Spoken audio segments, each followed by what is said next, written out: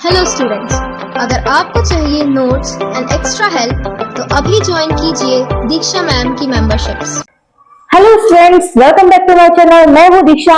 आज मैं शुरू करने वाली हूं चैप्टर 14 के अंतर्गत तालाब का पारिस्थितिक तंत्र यानी कि पॉन्ड इकोसिस्टम। तो इसके पहले जो वीडियो मैंने आपको बताया था तो उसमें मैंने आपको क्या बताया था, पारिस्थितिक तंत्र क्या होता है यानी कि इकोसिस्टम क्या होता है, इसमें कौन कौन से तत्व यानी कि घटक पाए जाते हैं, इसके प्रकार, फिर उसके भी प्रकार। ठीक है, तो सबसे पहले आपको बताना चाहूंगी जो इकोसिस्टम है वो मुख्य रूप से दो घटकों से बना होता है। कौन कौन से? जैवीय और अजैवीय, यानी जैविक घटक और अजैविक घटक से मिलकर बना होता है। इन दोनों का वातावरण से जो संबंध होता है उसे ही हम क्या कहते हैं? इकोसिस्टम। इकोसिस्टम में कौन कौन से तत्व होते हैं? जैवीय घटक यानी कि जैवीय घटक और अजैवीय घटक, अजैवीय घटक या जैविक भी कह सकते हैं। तो इन दोनों का आपसी वातावरण से जो संबंध होता है उसे ही हम इकोसिस्टम यानी पारिस्थितिक तंत्र कहते हैं। और ये जो इकोसिस्टम शब्द है वो सबसे पहले दिया था वैज्ञानिक टेंसले ने। इन्होंने क्या बताया था कि जो पारिस्थितिक तंत्र है वो जैविक अजैविक घटकों के आपसी संबंध से मिलकर के बना होता है। अब जो तालाब का पारिस्थितिक तंत्र है वो कैसा होता है? वो होता है जलीय पारिस्थितिक तंत्र। क्या होता है? जलीय पारिस्थितिक तंत्र, जिसमें कई पेड़ पौधे एवं छोटी मछलियां एवं बड़ी मछलियां आपस में मिलकर के क्या करती हैं? पारिस्थितिक तंत्र का निर्माण करती हैं। तो सबसे पहले हम देखेंगे जैवीय घटक। तो जैवीय घटक कितने प्रकार के होते हैं? ये होते हैं मुख्य रूप से 3 प्रकार के। कौन कौन से प्रकार होते हैं इसमें?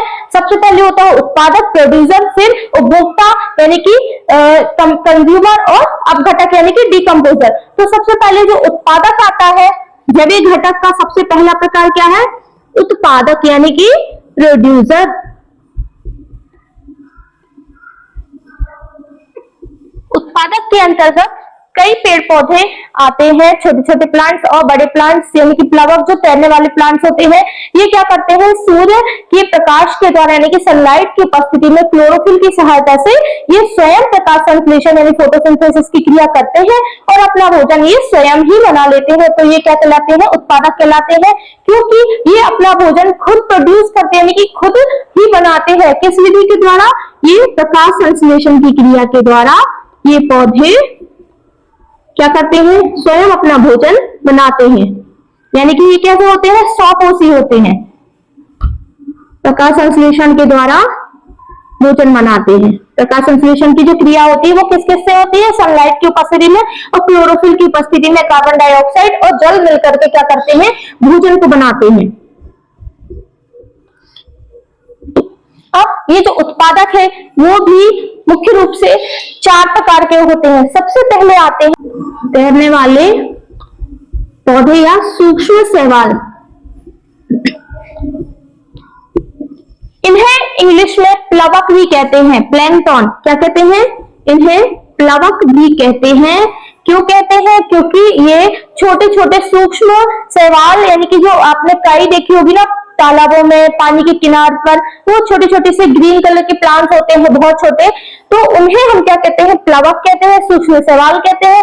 यही जो शैवाल है ये समुद्र की या तालाब की इतनी गहराई में पाए जाते हैं जहां पर सनलाइट पहुंच सकती है और ये पौधे जो है वो अपना भोजन स्वयं बना सके। इसलिए ये क्या करते हैं? प्रकाश संश्लेषण की क्रिया के द्वारा अपना भोजन स्वयं बना लेते हैं और इन्हें क्या कहते हैं? प्लवक कहते हैं। इसके एग्जाम्पल देख लेंगे। वॉलवॉक्स, इसके अंतर्गत मैंने क्या बताया था आपको? तैरने वाले पौधे आते हैं और ये कहां पाए जाते हैं? समुद्र की या तालाब की इतनी गहराई में होते हैं जहां पर सनलाइट आसानी से पहुंच सके और ये पौधे अपना भोजन स्वयं बना सके। किस विधि के द्वारा बनाते भोजन? किस विधि के द्वारा? प्रकाश संश्लेषण की विधि द्वारा। ठीक है, तो ये क्या कहलाते हैं? बहुत कम वजन के होते हैं और ये आसानी से तैर सकते हैं, या फिर ये एक जगह पे होते हैं, बहुत छोटे छोटे सूक्ष्म शैवाल। ठीक है, तो इसके एग्जाम्पल देखेंगे। क्लेमाइडोमोनास युग्निला, वॉलवॉक्स, स्पाइरोगायरा और डायटम्स।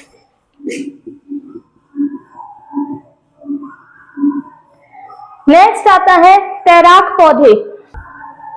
तैराक पौधे वे होते हैं जो स्वतंत्र रूप से तैरने वाले होते हैं और इनकी जड़ें जो है वो भूमि से यानी कि इसकी तलहटी से जुड़ी रहती हैं।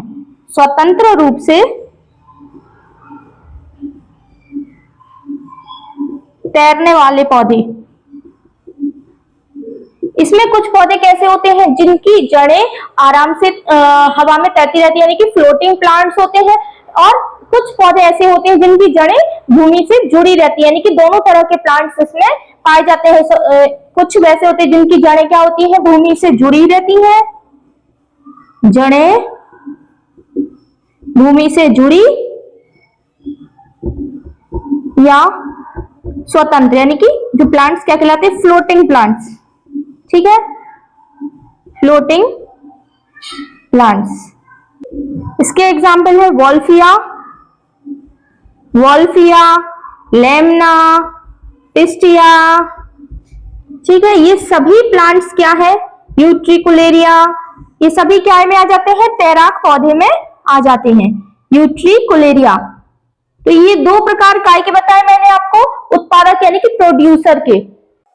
उत्पादक के अंतर्गत तीसरा पॉइंट आता है, तीसरे उत्पादक आते हैं जल निमग्न, जल निमग्न पौधे,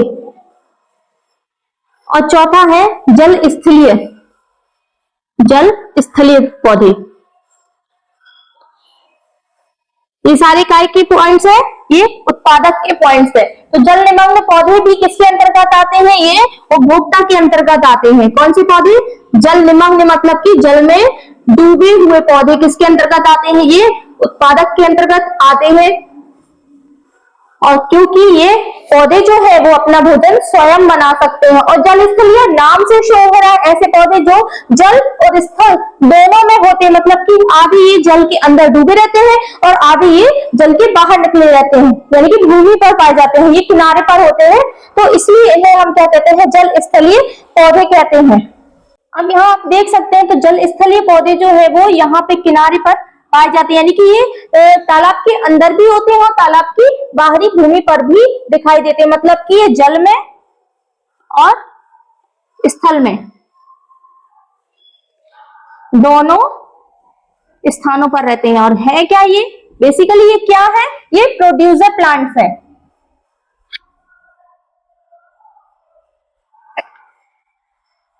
अब एग्जाम्पल देख लेते हैं, इसके एग्जाम्पल है हाइड्रिला, वेलिस्नेरिया और सिरेटोफिल्लम, इसके एग्जाम्पल है। ये एग्जाम्पल आपको 2-3 बार बोलेंगे तो आपको याद हो जाएंगे, और एग्जाम्पल याद रखना बहुत जरूरी है क्योंकि ये ऑब्जेक्टिव क्वेश्चन में भी ये पूछ लिए जाते हैं। अब इसके एग्जाम्पल देखेंगे जल स्थलीय के, रेनलकुलस, पॉलीगोनम। तो आप इसके 2-2 एग्जाम्पल भी याद कर सकते हैं, इतने में भी आपका एग्जाम में काम हो जाएगा। आपको जरूरी नहीं है 4-4 एग्जाम्पल याद रहे, तो आप कोई भी 2-2 एग्जाम्पल जो भी आपको याद हो जाए वो आप 2 एग्जाम्पल याद कर सकते हैं। तो ये चारों पॉइंट्स मैंने आपको काय के बताए, उपभोक्ता के। अब इसके बाद आता है उत्पादक के पॉइंट बताए। अब इसके बाद आता है उपभोक्ता। उपभोक्ता यानी कि नाम से ही शो हो रहा है, जो कि उत्पादकों से क्या करता है, ऊर्जा प्राप्त करता है, यानी कि उत्पादकों को खा करके ये क्या करता है, अपनी ऊर्जा को प्राप्त करता है। और कैसे, क्योंकि जो उत्पादक होते हैं वो भी 4 प्रकार के होते हैं, और उपभोक्ता कितने प्रकार के होते हैं, मुख्य रूप से 3 प्रकार के होते हैं, प्राथमिक उपभोक्ता, द्वितीयक उपभोक्ता और तृतीयक यानी कि उच्च श्रेणी के उपभोक्ता। तो उपभोक्ता क्या करते हैं, ये पेड़ पौधों से यानी कि उत्पादकों से क्या करते हैं, उत्पादकों को खा करके अपना पारिस्थितिक तंत्र को क्या करते हैं, डेवलप यानी कि बनाए रखते हैं, भोजन प्राप्त करते हैं। अब ये मुख्य रूप से कितने प्रकार के होते हैं, मैंने क्या बताया है, ये मुख्य रूप से 3 प्रकार के होते हैं, प्राथमिक उपभोक्ता, सेकंड आता है द्वितीयक उपभोक्ता, और थर्ड आता है तृतीयक उपभोक्ता यानी कि उच्च श्रेणी के उपभोक्ता। क्या आता है, तृतीयक यानी कि उच्च श्रेणी के उपभोक्ता। ठीक है, तो ये 3 प्रकार हो गए उपभोक्ता के अंतर्गत, जिसे हम इंग्लिश में कहते हैं कंज्यूमर्स। प्राथमिक के अंतर्गत आते हैं प्लवक जंतु, यानी कि छोटी छोटी जो मछलियां हैं वो इसके अंतर्गत आती हैं, छोटी मछलियां, मोलस्का। ठीक है, तो ये क्या करते हैं, ये किसको खाते हैं, ये उत्पादकों से क्या करते हैं, भोजन को ग्रहण करते हैं, छोटी छोटी मछलियां और मोलस्का। ये सभी किसके अंतर्गत आते हैं, ये प्राथमिक उपभोक्ता के अंतर्गत आते हैं। सेकंड आता है द्वितीयक उपभोक्ता, मध्यम आकार की जो मछलियां हैं, मध्यम आकार की मछलियां और कीड़े मकोड़े, ये सभी क्या करते हैं, ये प्राथमिक उपभोक्ता को खा करके इनसे भोजन ग्रहण करते हैं। कीड़े मकोड़े ये सभी काय के अंतर्गत आ जाते हैं, ये आ जाते हैं द्वितीयक उपभोक्ता के अंतर्गत। ये सभी क्या करते हैं, प्राथमिक उपभोक्ता से भोजन ग्रहण करते हैं। थर्ड आता है तृतीयक उपभोक्ता, यानी कि उच्च श्रेणी के उपभोक्ता। ये क्या करते हैं, मध्यम आकार की मछलियों को खाते हैं और उनसे अपना भोजन प्राप्त करते हैं। फॉर एग्जाम्पल इसके अंतर्गत आती है बड़ी मछलियां, जलीय सर्प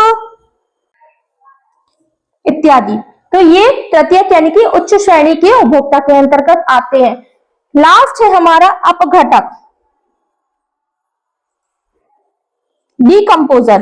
तो डीकंपोजर क्या होता है, अपघटक मतलब की होता है इसके अंतर्गत बेसिकली जीवाणु यानी कि बैक्टीरिया और फंगस आती है, कवक। तो ये सभी क्या करते हैं, जब उत्पादक और उपभोक्ता की मृत्यु हो जाती है यानी कि वो मर जाते हैं, तब उनको खा करके क्या करते हैं, ये अपघटक यानी डीकंपोजर उससे ऊर्जा को प्राप्त करते हैं और वही ऊर्जा ये उपभोग करके, ऊर्जा का 90% भाग उपभोग करके 10% भाग ये वातावरण में छोड़ देते हैं और सनलाइट के द्वारा यही ऊर्जा जो है वो मतलब ग्रहण कर ली जाती है। फिर यही चक्र वापस से चलता रहता है। सन से क्या होता है, पेड़ पौधे ऊर्जा को लेते हैं, फिर उससे प्राथमिक उपभोक्ता, फिर द्वितीयक उपभोक्ता, फिर तृतीय उपभोक्ता, फिर अपघटक, फिर वापस ये वातावरण में छोड़ दी जाती है। पूरा एक साइकिल चलता रहता है पारिस्थितिक तंत्र का। ठीक है, तो ये अभी मैंने आपको बताया तालाब का पारिस्थितिक तंत्र।